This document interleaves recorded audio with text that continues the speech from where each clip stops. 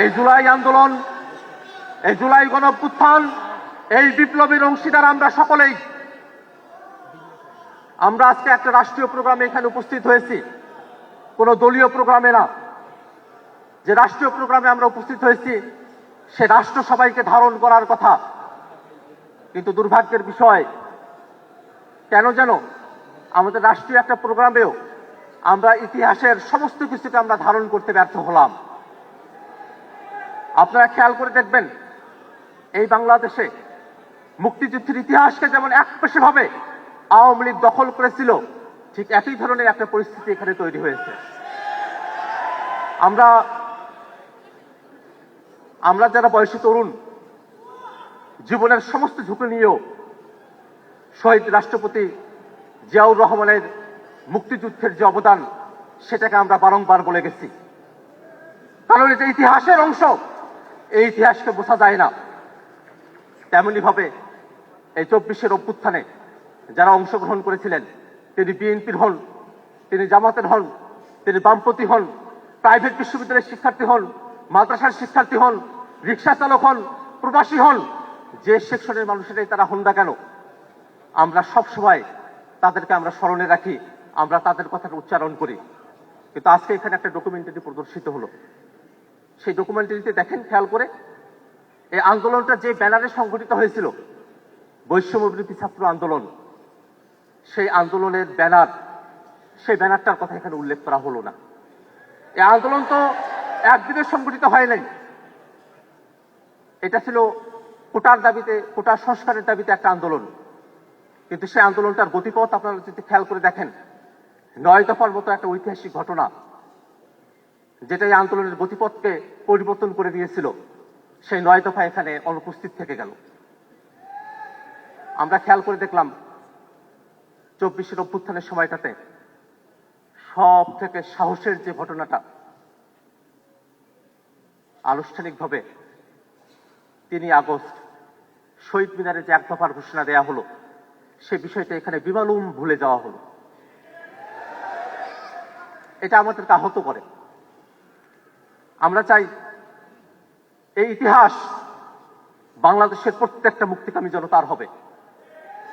24-এর ইতিহাস থেকে কোন জুলাই যোদ্ধাকে বাদ দেয়া চলবে না, এটাই হওয়ার কথা ছিল আজকের রাষ্ট্রীয় প্রোগ্রামের ডকুমেন্টারির ভাষ্য।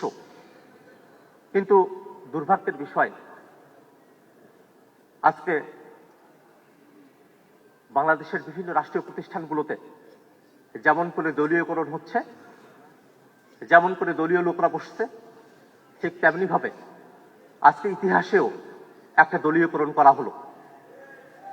যদিও মাননীয় মুক্তিযুদ্ধ মন্ত্রী তিনি এই ডায়াসে দাঁড়িয়ে এর জন্য দুঃখ প্রকাশ করেছেন এবং সংশোধন করবেন বলে কথা দিয়েছেন, আমি তাকে ধন্যবাদ জানাই।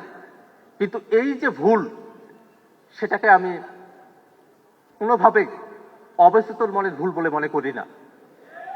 এটা খুব চেতন জাগ্রত অবস্থায় থেকে ইতিহাসকে বিকৃত করার জন্য এবং ইতিহাসকে দলীয়করণ করার জন্য এই ধরনের একটা ডকুমেন্টারি তৈরি করা হয়েছে। এখানে একটা অনিকাঙ্ক্ষিত পরিস্থিতি তৈরি হয়েছিল। আজকে একটা মহিমান্বিত দিন, যেই দিনে আমরা বিজয় অর্জন করেছিলাম, সেই দিনে সরকার কর্তৃক একটা প্রোগ্রাম ঘোষণা করা হয়েছে। সেই প্রোগ্রামটা যাতে আমরা শান্তভাবে আমাদের কথাগুলো বলতে পারি, সে কারণে আমি আপনাদের সামনে এসে দাঁড়িয়েছিলাম। আপনারা যারা জুলাই যোদ্ধারা আছেন, আপনারা তখন আমার কথা শুনেছেন, এই কারণে আপনাদের কাছে আমি ধন্যবাদ এবং কৃতজ্ঞতা জানাতে চাই। পাশাপাশি এই প্রোগ্রামটা যখন চলছে, ঠিক সেই সময়টাতে আমাদের একজন বৈষম্যবিরোধী ছাত্র আন্দোলনের সমন্বয়ক, যিনি এবং তার সাথে আরো কয়েকজন, আপনারা সবাইকে চিনে থাকবেন, মাহিন সরকার, রিফাত রশিদ, আব্দুল কাদের, আব্দুল হান্নান মাসুদ, যখন প্রথম সারির সমন্বয়কদেরকে ডিবি অফিসে বন্দী করে রাখা হয়েছিল, তখন তারাই আন্দোলনটাকে চালিয়ে দিয়ে গিয়েছিলেন। কিন্তু মাহিন সরকারি অনুষ্ঠানে দাওয়াত পেয়েছিলেন, এসেছিলেন, কিন্তু তাকে এই অনুষ্ঠানে আর থাকার সুযোগ হয়ে ওঠে নাই।